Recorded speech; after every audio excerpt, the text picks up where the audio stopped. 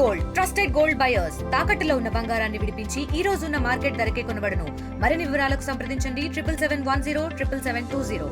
Rajahmundry Ukkumpeta panchayat D బ్లాక్లో అయితే దారుణమైన ఘటన అయితే చోటు చేసుకుంది. అలాగే తల్లిని అలాగే కుమార్తెని కూడా అతి దారుణంగా ప్రియుడు ఎవరైతే ఉన్నారో తనైతే ఈ విధంగా అతి దారుణంగా ఇంట్లో ఇద్దరిని కూడా హతమార్చి అతనంతా కూడా పరారైన పరిస్థితి ఉంది. ఈ నేపథ్యంలో కూడా పోలీసులు అయితే అతన్ని వెతికి పట్టుకున్నటువంటి పరిస్థితి ఉంది. ముఖ్యంగా చూసుకుంటే ఈ ఘటన అయితే స్థానికంగా సంచలనంగా మారింది. అలాగే మనకి ప్రధానంగా ఏలూరుకు సంబంధించిన ఎస్ఆర్ సెంటర్ సమీపంలో మసీద్ సెంటర్లో ఉన్నటువంటి వీళ్ళు ఎవరైతే ఉన్నారో అలాగే సాల్మా అలాగే ఆమె కుమార్తె సనా ఆమె ఈవెంట్ ఆర్గనైజర్ వ్యాఖ్యతగా కూడా పనిచేస్తున్నారు. ఈ నేపథ్యంలోనే నిన్న ఇద్దరు మధ్య కూడా అనుమానపడి తను ఎవరితోనే చాటింగ్ చేస్తుందంటూ రకరకాలుగా గత కొన్ని రోజులుగా కూడా వివాదం అయితే నెలకొంది. ఎవరైతే శ్రీకాకుళం చెందినటువంటి వ్యక్తి అతనైతే ఈ యొక్క దారుణానికి అయితే ఒడిగట్టినట్టుగా ప్రధానంగా నిర్ధారణకు అయితే వచ్చినట్టు పరిస్థితుంది. ప్రస్తుతం ఈ యొక్క సనాకు సంబంధించిన ఎవరైతే తన సోదరుడు ఉన్నాడో మాట్లాడే ప్రయత్నం చేద్దాం. మాకు చెప్పమ్మా, అసలు ఏం జరిగింది, ఎవరు ఈ ఘాతకానికి ఒడిగట్టాడని మీకు ప్రధానంగా చూడడం జరిగింది? ఇతను ఒక ఐదు ఆమె మా పిన్ని కూతురండి. మా నాన్నగారు సెకండ్ వైఫ్ అండి ఆవిడ. మా పిన్ని ఆవిడ కూతురండి ఆవిడ. అయితే మా పిన్ని కూతురు ఈవెంట్లకి వెళ్ళిద్దండి. అతను కూడా లైట్ మ్యాన్ అంటండి. ఈవెంట్లకు వచ్చేవాడు. గత ఒక 5 నెలల క్రితం వాళ్ళిద్దరు పరిచయం అయ్యారండి. బాగానే మాట్లాడుకుంటున్నారు, బాగానే ఉన్నారు. అయితే బాగానే మాట్లాడుకుంటున్నారు. సరే పెళ్లి చేసుకుంటారు అనుకొని మాకు చెప్తే, మాకు ఇన్ఫార్మ్ చేస్తే, సరే పెద్ద అయ్యాక కొంచెం పిల్లలు ఉండాలి. మా చెల్లి చిన్నపిల్ల 14 సంవత్సరాలు అండి. ఆ పిల్లకి పెద్ద అయ్యాక మాట్లాడదాం, కొంచెం ఆగండి, వెయిట్ చేయండి. సరే జాబులు చేసుకుంటున్నారు కదా, జాబ్ చేసుకోండి అని చెప్పామండి. తర్వాత మేము ఇంకా మేము ఏలూరులో ఉండేవాళ్ళం ఉండి మేము ఇక్కడికి వచ్చేసాం. మాకు చికెన్ షాప్ జాంపేటలో ఉంటామండి మేము. మా పిన్నిని కూడా తీసుకొచ్చామండి. రీసెంట్గా తీసుకొచ్చి నావరాల్లో పెట్టాం. ఇక్కడే ఉంటున్నాం. మా తమ్ముడు అక్కడే ఉంటాడండి, చిన్నోడు. అయితే వారం క్రితం ఏమైందంటే ఆ అబ్బాయి వచ్చాడండి. వచ్చి వాళ్ళ ఇంట్లోనే ఉండి అక్కడే బాగా వాళ్ళతో కలిసిమెలిసి ఉండేవాళ్ళండి. ఈ వారం ముందు ఏమైందంటే అండి, వాళ్ళిద్దరికి మా చెల్లికిను మా పిన్నికి బెదిరించాడండి ఒకసారి. ఇలాగ మీ చెల్లి ఎవరితో మాట్లాడుతుంది, చంపేస్తాను, ముక్కల కింద నరిగేస్తానని చెప్పాడండి. అయితే మా పిన్ని నాకు ఫోన్ చేసి చెప్పిందండి, ఇలా చెప్తున్నాడని చెప్తే మేము ఎన్నాళ్ళ క్రితం అన్నారు అలాగా? ఎన్నాళ్ళ క్రితం బెదిరింపులు చేయడం జరిగింది ఈ యొక్క శివకుమార్ అనే అతను? ఒక నెల క్రితం ఇలాగే జరిగిందండి. చెప్తే మేము వాళ్ళకి సంజాయించాం. ఇలా చేస్తే మేము అసలు మాట్లాడేది, ఇంటికి వచ్చేది ఏమి ఇక్కడ నుంచి కట్ చేసి ఇంకా మాట్లాడేది రావద్దని చెప్పామండి. ఆ అబ్బాయి సరే అనేసి తర్వాత ఫోన్ చేసి మా చెల్లి అతను మాట్లాడుకున్నారు, సంజాయించుకున్నాడు, ఏదో చేసాడండి. అలాగే దాని తర్వాత వారం క్రితం వచ్చాడండి. వారం క్రితం వచ్చి ఇంట్లోనే ఉంటున్నాడు, బాగానే ఉంటున్నాడు కదా అనేసి మేము కూడా సైలెంట్గా ఉన్నామండి. ఇద్దరు మాట్లాడుకుంటున్నారు, బాగానే ప్రేమించుకుంటున్నారు, సరే బాగానే ఉంది అనేసి మేము సైలెంట్గా ఉన్నామండి. మేము వెళ్ళొస్తూ ఉంటాం మా పిన్ని దగ్గరికి. మా తమ్ముడు అక్కడే ఉంటాడు. నెక్స్ట్ అది రాత్రి 12 ఆ టయానికి తెల్లారిగట్ల ఆదివారం కాబట్టి మేము వెళ్ళిపోయామండి. తెల్లారిగట్ల 8:30 ఆ టైంలో మేము చికెన్ తీసుకొని ఇంటికి వెళ్ళామండి. ఒకసారి ఇంటికి వెళ్దాం అనేసి ఇంటికి వెళ్తే తను కంగారుగా మాకు ఎదురయ్యాడండి. బ్యాగ్ ఇచ్చుకొని వెళ్తున్నాడు, బండి మీద స్కూటీ మీద వెళ్తున్నాడండి. ఎక్కడికి వెళ్తున్నాం ఏంటనగా అడుగుతున్నా కానీ కంగారు మేము బయటికి వెళ్తున్నానని చెప్పి వెళ్ళిపోయాడండి. తీరా ఇంటికి వెళ్ళి చూస్తే రక్తం మరకలో కిటికీలో నుంచి చూస్తే 2 శవాలని పడేసి చంపేసి అక్కడ నరికేసి అక్కడ పెట్టేసి వెళ్ళిపోయాడండి. బయట నుంచి తాళం వేసుకుని వెళ్ళిపోయాడండి. అదే మరి అతను ఆ సమయంలో అంటే వెళ్ళిపోవడానికి బ్యాగ్ అన్ని పెట్టుకుని వెళ్ళిపోవడానికి సిద్ధంగా బయటకు వెళ్ళిపోయాడు అతను. మొత్తం బ్యాగ్ ఇచ్చుకొని బండి మీద వెళ్ళిపోతున్నాడండి. అప్పటికి సగం నావరానికి అక్కడ డి బ్లాక్ పాస్ అయిపోయాడండి. అప్పటికి మేము అప్పుడు ఎదురయ్యాం వాడికి. ఎదురయ్యి అడుగుతున్నా కానీ కంగారుగా వెళ్ళిపోతున్నాడు. ఎక్కడికి వెళ్తున్నావు, ఎందుకు వెళ్ళిపోతున్నావు అని అన్న ఛాన్స్ కూడా ఇవ్వలేదండి. ఎక్కడికి వెళ్తున్నావు అంటే ఇంకా నేను పని మీద వెళ్ళిపోతున్నాను అని చెప్పి వెళ్ళిపోయాడండి. ఫోన్ చేస్తుంటే ఫోన్ ఎత్తట్లేదు, స్విచ్ ఆఫ్ చేసాడండి. తీరా ఇంటికి వెళ్ళి చూస్తేనేమో మొత్తం రక్తం మరకలు, ఇద్దరిని చంపేసి పడేసాడండి. అంటే ప్రధానంగా అతను ఎక్కడ వారు ఏంటి ఏం చేస్తున్నాడని చెప్పడం, మొదటగా మీ అందరికి కూడా అతని డీటెయిల్స్ ఏంటి, అతను ముందు వెనక ఎవరున్నారని మీరు భావించారు? అతను ముందు వెనక ఎవరున్నారు ఏంటని తెలియదండి. ప్రస్తుతానికి అయితే మా చెల్లి వాళ్ళు మాట్లాడుకుంటున్నారు. మేము తర్వాత సరే మేము ఇక్కడికి వచ్చాము కదండి, నువ్వేదో జాబ్ చేసుకుంటున్నావు కదా, హైదరాబాద్లో జాబ్ అని చెప్పాడండి. హైదరాబాద్లో జాబ్లు అయిపోయాక సరే మేము ఇక్కడికి వచ్చేస్తాను, మీ దగ్గరే ఉంటానని చెప్పాడండి. అందాక మేము సైలెంట్గా ఉండండి, ఏం మాట్లాడొద్దు, మేము పెద్దలతో మేము మాట్లాడతామని చెప్పామండి. అప్పటిదాకా కూడా ఆగలేదండి ఆ అబ్బాయి. ఇక్కడికి వచ్చి ఉండేవాడు, మాట్లాడేవాడు. అప్పుడప్పుడు మా చెల్లి మీద అనుమానించి బెదిరించేవాడు. నేను చంపేస్తాను, నీకు ముక్కలు ముక్కలు నరికేస్తాను మీ అమ్మని నిన్ను అనేసి బెదిరించేవాడు. మేము వార్నింగ్ ఇచ్చామండి ఆ అబ్బాయికి, ఇలా చేయకూడదు అనేసి నువ్వు. మా అన్న తమ్ములు మేము కలిసి వార్నింగ్ ఇచ్చాము, చెప్పాము ఆ అబ్బాయికి. ఆ అబ్బాయి సరే అనేసి నేను మారుతాను, మీ చెల్లిని నేను బాగా చూసుకుంటానని చెప్పాడండి. మొత్తం వీళ్ళిద్దరికి ఎక్కడ పరిచయం ఏర్పడింది? ముందుగా ఇద్దరు గతంలో ఎక్కడ కలిశారు, ఎలా కలిశారని చెప్పడం జరిగింది? వీళ్ళు ఏదో ఏదో ఊర్లో ఈవెంట్కి వెళ్ళారండి. ఊరికి వెళ్ళారండి. అక్కడ ఈవెంట్లో మా చెల్లి ఈవెంట్లు చేసిద్దండి, డ్యాన్స్ ప్రోగ్రాంలు అవి చేసిద్ది. ఇతను లైట్ మ్యాన్ అండి. ఇద్దరు ఆ ఈవెంట్లోనే కలిశారండి. ఇద్దరు ఒక 5 నెలల క్రితం కలిశారండి వీళ్ళిద్దరు. ఏలూరు నుంచి ఎప్పుడు వచ్చారు మీ పిన్ని వాళ్ళు? ఏలూరు నుంచి ఎప్పుడు వచ్చేసారు ఇక్కడికి? ఏలూరు నుంచి వచ్చి ఒక 5 నెలలు అయిద్దండి. 5 నెలలు 4 నెలలు అయిద్దండి. 4-5 నెలలు అయిద్ది. అక్కడ అద్దె తీసుకుంటున్నారు? ఎక్కడ? నావరంలో అద్దెకి తీసుకొని అక్కడ ఉంటున్నారండి వాళ్ళు. అంటే మీకు వాళ్ళతో బాగా అందరూ కూడా మీ అన్నయ్య అంటూ పిలిచేదా మీ సానియా? బాగానే కలిసి ఉంటామండి.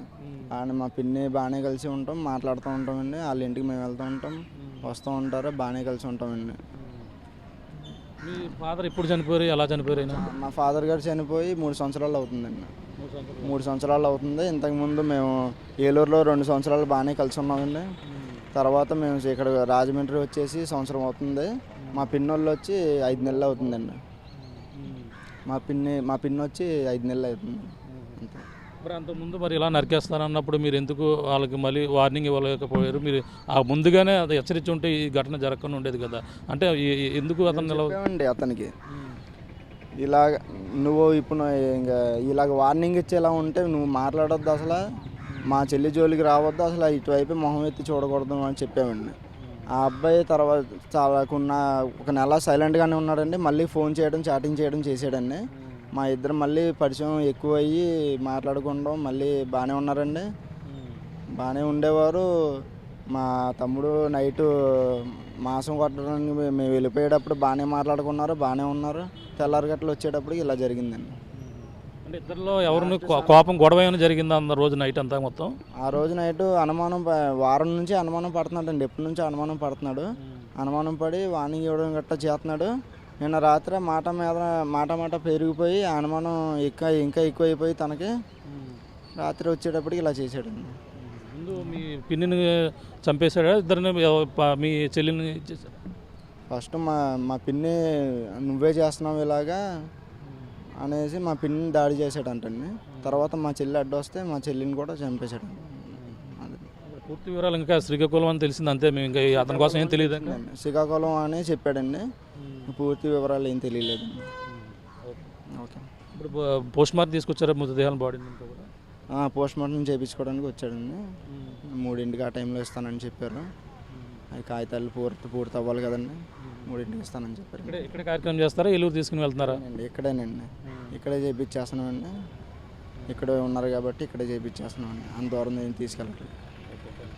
రాజమహేంద్రవరంలో దారుణమైన ఘటన అయితే చోటు చేసుకుంది. అలాగే తన ప్రియురాల్ని, అలాగే ప్రియురాలి తల్లిని కూడా అతి కిరాతకంగా నరికి చంపినటువంటి ఘటన అయితే స్థానికంగా సంచలనంగా మారిందని చెప్పాలి. ముఖ్యంగా చూసుకుంటే ఏదైతే ఏలూరుకు చెందినటువంటి ఎండి సాన్మా 38 సంవత్సరాలు, అలాగే తన కుమార్తె సానియా అలియాస్ సనగా పిలుచుకొస్తుంటారు, తన 16 సంవత్సరాలు. ఇద్దరు కూడా గత కొన్నాళ్ళ నుంచి కూడా రాజమండ్రిలో ఉన్నటువంటి ఉక్కుంపేట ఏరియా, డి బ్లాక్ ఏరియాలో ఒక ఇంటిని అయితే అద్దెకి తీసుకుని ఇక్కడే నివాసం ఉంటున్నటువంటి పరిస్థితి ఉంది. అలాగే ఈ యొక్క ఎవరైతే సాన్మాకు సంబంధించినటువంటి తన భర్త అయితే 3 సంవత్సరాల క్రితమే చనిపోయాడు. తన అబ్దుల్ మహీద్ అనే అతను అయితే దాన్నైతే రెండవ భార్య కింద కూడా పెళ్లి చేసుకున్నాడు. మొదటి భార్య అయితే రాజమహేంద్రంలోనే ఉంటున్నటువంటి పరిస్థితి ఉంది. ఈ నేపథ్యంలో 3 సంవత్సరాల క్రితం అబ్దుల్ మషీద్ అయితే చనిపోయిన నేపథ్యంలోనే అక్కడి నుంచి కూడా గత 6 నెలల క్రితమే రాజమహేంద్రం ఉక్కుపేటలో డీపేటకు వచ్చి ఇక్కడే నివాసం ఉంటున్నారు. తన కుమార్తె సాన్మా ఎవరైతే ఉన్నారో, సాన్మా సంబంధించినటువంటి తన కుమార్తె సనా 16 సంవత్సరాలు తనైతే ఈవెంట్లో యాంకర్గా పనిచేస్తుంటుంది. పలు ఈవెంట్లు కూడా చేస్తూ జీవనం అయితే సాగిస్తుంది. తన తండ్రి లేకపోవడంతో సనాయే ఒక జీవనాధారంగా తను ఆర్థికంగా ఇబ్బందులు లేకుండా ఈవెంట్లకు వెళ్ళి చేసుకోవచ్చు. వాళ్ళ ఒక జీవనం సాగిస్తున్నటువంటి పరిస్థితి ప్రధానంగా ఉంది. ఈ యొక్క ఈవెంట్లకు వెళ్తున్న తరుణంలోనే సనాకైతే శ్రీకాకుళం సంబంధించినటువంటి వ్యక్తి ఎవరైతే ఉన్నారో అలాగే ఆ పిల్ల శివశంకర్ అయితే తనకు పరిచయం అయ్యాడు. ఈ నేపథ్యంలో ఆయన పరిచయం గత ప్రేమగా మారినటువంటి శివకుమార్ ఇద్దరు కూడా ఇద్దరు కూడా ప్రేమలో ఉన్నటువంటి పరిస్థితి ఉంది. ఈ నేపథ్యంలోనే అతనైతే హైదరాబాద్లో లైట్ మ్యాన్గా పనిచేస్తున్నాడు. హైదరాబాద్లో సినిమా ఇండస్ట్రీతో కావచ్చు వివిధ ఈవెంట్లో లైట్ మ్యాన్గా పనిచేస్తున్నటువంటి అదే శివకుమార్కి అలాగే ఇద్దరికి కూడా ప్రేమాయణం గత కొన్నాళ్ళ నుంచి కూడా కొనసాగుతుంది. ఈ నేపథ్యంలోనే గత కొన్నాళ్ళ నుంచి కూడా ఇద్దరికి మధ్య కూడా వివాదాలు అయితే నెలకొన్నాయి. తనతో కాకుండా వేరొక వారితో మాట్లాడుతుందని, చాటింగ్ చేస్తుందని ఈ యొక్క అనుమానాలతో తనైతే గత కొన్నాళ్ళ నుంచి కూడా వివాదాలు జరుగుతున్నాయి. ఈ నేపథ్యంలోనే శివకుమార్ అయితే ఇక్కడికి రావడం జరిగింది. రాజమహేంద్రవరంలో ఉన్నటువంటి ఉక్కుంపేట నివాసానికి అయితే రావడం గత వారం రోజుల నుంచి కూడా వాళ్ళతోనే ఉంటున్నటువంటి పరిస్థితి ఉంది. ఈ నేపథ్యంలోనే మనం ఉన్నటువంటి ప్రాంతం చూడవచ్చు. సరిగ్గా నిన్న శనివారం నాడు రాత్రి అయితే ఇద్దరు మధ్య కూడా ఇద్దరు గొడవలు జరిగాయి. ఈ నేపథ్యంలోనే సనాకు సంబంధించినటువంటి వాళ్ళ పెద్దమ్మకు సంబంధించి కుమారులు ఎవరైతే ఉన్నారో అన్నయ్యలు వచ్చి తనతో కూడా మాట్లాడి తనను ఈ విధంగా బెదిరిస్తున్నాడని కూడా చెప్పినటువంటి పరిస్థితి ఉంది. కానీ ఇద్దరు కూడా గొడవ సర్దిమరిగించే పరిస్థితి అయితే చేశారు. ఈ నేపథ్యంలో ఇద్దరు కూడా మళ్ళీ నార్మల్గా మాట్లాడుకుంటుంటే ఎటువంటి గొడవ లేకపోవడంతో శనివారం మళ్ళీ వెళ్ళిపోయినటువంటి పరిస్థితి ఉంది. కానీ ఆదివారం తెల్లవారుజామున ఇద్దరిని కూడా తన ప్రియురాలు ఎవరైతే సనాతో పాటు తన తల్లిని సన్మానం కూడా అతి దారుణంగా నరికి చంపి ఇంటికి తాళాలేసి పరారైపోతున్నటువంటి పరిస్థితి ఉంది. ఈ నేపథ్యంలోనే ఈ యొక్క పెద్దమ్మ సంబంధించినటువంటి సనా అన్నయ్య ఆళ్ళ వచ్చి చూసేసరికి ఇంటిలో మృతదేహాలు అయితే కిటికీలో నుంచి చూసిన నేపథ్యంలో మృతదేహాలు కనిపించారు. ప్రధానంగా మనం చూసుకుంటే ఉక్కుంపేటలో తన ఉన్నటువంటి నివాసం ఇదే నివాసంలో వాళ్ళు ఉంటున్నారు. గత 6 నెలల నుంచి కూడా ఇదే ఉన్నటువంటి పంచాయతీ ఉంది. అలాగే ఉక్కుంపేట గ్రామ పంచాయతీ నామారంలో ఉన్నటువంటి ఈ యొక్క డి బ్లాక్లో నివాసం ఉన్నారు. ఇదే బిల్డింగ్లో చూడొచ్చు. ఇక్కడే గత కొన్నాళ్ళ నుంచి ఉన్న నేపథ్యంలోనే ఎవరైతే శివకుమార్ ఉన్నారో తను కూడా వచ్చి వీళ్ళతో పాటు ఉంటూ ఇక్కడే ఉన్నటువంటి పరిస్థితి ఉంది. కానీ ఇరువురి మధ్య కూడా గత వారం రోజుల నుంచి కూడా గొడవలు జరుగుతున్నాయి. తను వేరే ఒకరితో చాటింగ్ చేస్తుందని దాని నేపథ్యంలోనే గొడవ జరిగిన నేపథ్యంలో ఇద్దరిని కూడా అతి క్రూరంగా రాత్రికి రాత్రే ఇద్దరిని కూడా చంపి పరారైపోయినటువంటి పరిస్థితి ఉంది. పోలీసులు కూడా తను పట్టుకుని పోలీసుల ఆధీనంలో ఉన్నట్టుగా మనకు వచ్చినటువంటి సమాచారం. దీనిపై స్థానికులు ఉన్నారు. ఇక్కడ ఉక్కుంపేట నామవరం సంబంధించినటువంటి స్థానికులు ఉన్నారు. మాట్లాడే ప్రయత్నం చేద్దాం. అసలు ఏం జరిగింది, ఎన్నాళ్ళ నుంచి ఇక్కడ ఉంటున్నారు చెప్పండి. వాళ్ళకి వచ్చి 6 నెలలు అయిందండి. 6 నెలల నుంచి వాళ్ళు బాగానే ఉండేవారు. ఈ మధ్యలో ఈ వారం రోజుల్లో ఏం జరిగింది అనేది, ఎలా జరిగిందని తెలియదు. వాళ్ళిద్దరి మధ్య ఏదో ఘర్షణ జరిగిందని అంటున్నారు కానీ మనకైతే తెలియదు. ఈ నేపథ్యంలో శనివారం రాత్రి జరిగిన ఘటన రాత్రి అయితే 12-1 గంట దాకా ఏమీ అనిపించలేదు, ఏమి కేకలు కానీ ఏమీ రాలేదు. కానీ ఉదయాన్ని చూస్తే 11-10 ఆ సమయంలో వాళ్ళ అబ్బాయి వచ్చి కిటికీలో నుంచి చూడగా మృతదేహాలు ఉన్నాయని చెప్పేసి ఆ అబ్బాయి 100 కాల్ చేయడం జరిగింది. అప్పుడు పోలీసు వారు రావడం, పోలీసు వారు వచ్చి చూడడం, అప్పుడు మేము పైకి వెళ్ళామండి. అప్పుడు పైకి వెళ్ళి చూస్తే అతి ఘోరంగా అతి దారుణంగా హత్య చేసి ఆయన ఇంటికి తాళం వేసి పరారైపోయాడండి. అంటే ఇక్కడ అతను ఇక్కడ ఎన్నాళ్ళ నుంచి ఉంటున్నాడు, 4 రోజుల నుంచి ఇక్కడ ఉన్నారు, వాళ్ళతోనే తిరుగుతున్నారు అన్నారు. అది మీకేం చూసారా? 2-3 రోజుల నుంచి చూసాం కానీ ఎవరో కొత్తగా వచ్చారు, ఎవరో ఏటో మాకు తెలియదండి ఇక్కడ. ఎందుకంటే వస్తుంటారు పోతుంటారు, కొత్తగా అద్దెకి ఇచ్చారు కదా, ఎవరో కొత్తగా వచ్చారు అనుకున్నామే కానీ ఇలా జరుగుతుంది, ఇలా చేస్తారని చెప్పేసి మాకు తెలియదు కదండి. ఇక్కడ ఎంత దారుణంగా హత్య జరిగింది అంటే ఇది నామవరం డి బ్లాక్లో ఉక్కుంపేట పంచాయతీ. ఇంత క్రూరంగా ఎప్పుడు జరగలేదండి, ఇదే ఫస్ట్ టైం ఇక్కడ జరగదు. ఎలా ఉండేదండి? సనా అనే అమ్మాయి ఈవెంట్లు ఆర్గనైజ్ చేస్తూ సరదాగా తిరుగుతుంది. ఇక్కడ ఎలా తిరిగేదా మీకు? ఆ అమ్మాయి ఆ పిల్ల పనేదో ఆ పిల్ల చేసుకుని వెళ్ళిపోయేదండి. అంతేగాని ఎవరిని డిస్టర్బ్ చేయడం కానీ ఎవరిని చేయడం తెలియదు. తన పని కోసం తను పరిగెట్టేది పాపం. మృతదేహాలు ఎలా ఉన్నాయి అంటే ఎలా చంపారు? కత్తిచ్చి ఇద్దరిని కూడా ఒకేసారి? ఇద్దరిని అండి కోసారండి. గొంతు కోసాడు, చేతులు కోసాడు, ఈ మొత్తం ముక్కలు లెగిసిపోయాయి. తల్లిని అయితే అతి క్రూరంగా చంపేశాడు. చూడలేని దీంతో దిగ్భ్రాంతిలో ఉన్నాయండి సవాళ్ళని. అంటే ఇప్పుడు మీరు చూసినప్పుడు అతను ఎవరు ఇక్కడ లేడా? పారిపోయాడు అతను శివకుమార్ అని? అస్సలు లేడండి. మాకు తెలియదండి ఇది. వాళ్ళ అబ్బాయి వచ్చేదాకా కానీ మాకు ఎవరికి తెలియదండి. 11:30కి తెలిసిందండి ఇక్కడ ఏం జరిగింది ఏంటనేది. దానికి ముందు ఎవరికి ఏం తెలియదండి. మరి ఏం కోరుకుంటున్నారు అంటే వాళ్ళు ఇక్కడ ఉండి ఎంతో ఇక్కడ ప్రశాంతంగా జీవిస్తున్నారు, అటువంటి వాళ్ళని ఈ విధంగా చంపినటువంటి పరిస్థితి ఉంది, ఎలా చూడాలంట? ఎటువంటి శిక్ష పడాలనుకుంటున్నారు? అటువంటి వాడిని ఏమండి ఊళ్ళో జనాల ముందే అటువంటి వాడిని చంపేయాలండి. ఎంత క్రూరంగా చంపాడో అంతే క్రూరంగా చంపాలండి. అలా చంపితేనే మనకి చట్టాలు లేవండి ఇప్పుడు. ఇది దుబాయ్ కాదు. దుబాయ్ అయితే ఈ పాటికి ఎప్పుడు ఉరి తీసేవారు, లేకపోతే కాల్చి పారేసేవారు. ఇది దుబాయ్ కాదండి, ఆంధ్రప్రదేశ్ కాబట్టి ఆంధ్రప్రదేశ్ చట్టాలు ఇలాగే ఉంటాయి. తీసుకెళ్తారు, లోపలేస్తారే తప్ప న్యాయం జరగదు. చూస్తున్నాం, ఇది పరిస్థితి. స్థానికులు కూడా దీనిపై మండిపడుతున్నటువంటి పరిస్థితి ఉంది. ఇదే అపార్ట్మెంట్లో గత కొన్నాళ్ళ నుంచి కూడా ఉంటున్నారు. తన పని తాను చేసుకుంటూ వచ్చేవారు తప్ప ఎవరిని కూడా ఏమనేవారు కానీ ఈ యొక్క ఘటన అయితే మేము కళ్ళారా చూసాం. వెళ్ళిన ప్రధానంగా చూసుకుంటే అక్కడ నిన్న ఉదయం 11 గంటల ప్రాంతంలో చూసేసరికి వాళ్ళంతా కూడా వికటజీవులుగా పడి రక్తపు మడుగులో మొత్తం తల్లిని అలాగే పిల్ల ఇద్దరు కూడా పడిపోయినటువంటి పరిస్థితి ఉంది. ఈ నేపథ్యంలోనే పోలీసులు తన కుమారుడు వచ్చే వరకు కూడా ఎవరికి కూడా తెలియదు. తన కుమారుడు వచ్చి ఈ విషయం తెలిసిన తర్వాత పోలీసులకు అయితే సమాచారం ఇచ్చారు. వెంటనే అతను ఎవరైతే శివకుమార్ ఉన్నారో అతనైతే పరారైపోయే పరిస్థితిలో ఉన్న నేపథ్యంలో పోలీసులు సమాచారం ఇచ్చిన వెంటనే ఏదైతే సమీపంలో ఉన్నటువంటి కొవ్వూరు రాజమండ్రి రైల్వే బ్రిడ్జ్ ఏదైతే ఉందో ఆ సమీపంలో అతనైతే అనుమానాస్పదంగా కనిపిస్తే పోలీసులు కొవ్వూరు ఎస్ఐ అతనైతే చాకచక్యంగా వెళ్ళి పట్టుకునే ప్రయత్నం చేశారు. పట్టుకునే ప్రయత్నంలో ఎస్ఐలు కూడా స్వల్పంగా గాయాలైనటువంటి పరిస్థితి. ఎట్టకేలకైతే పోలీసులకైతే శివకుమార్ అదుపులోనే ఉన్నటువంటి పరిస్థితి ఉంది. ఏదేమైనా ఈ యొక్క రాజమహేంద్రవరంలో కనీవిని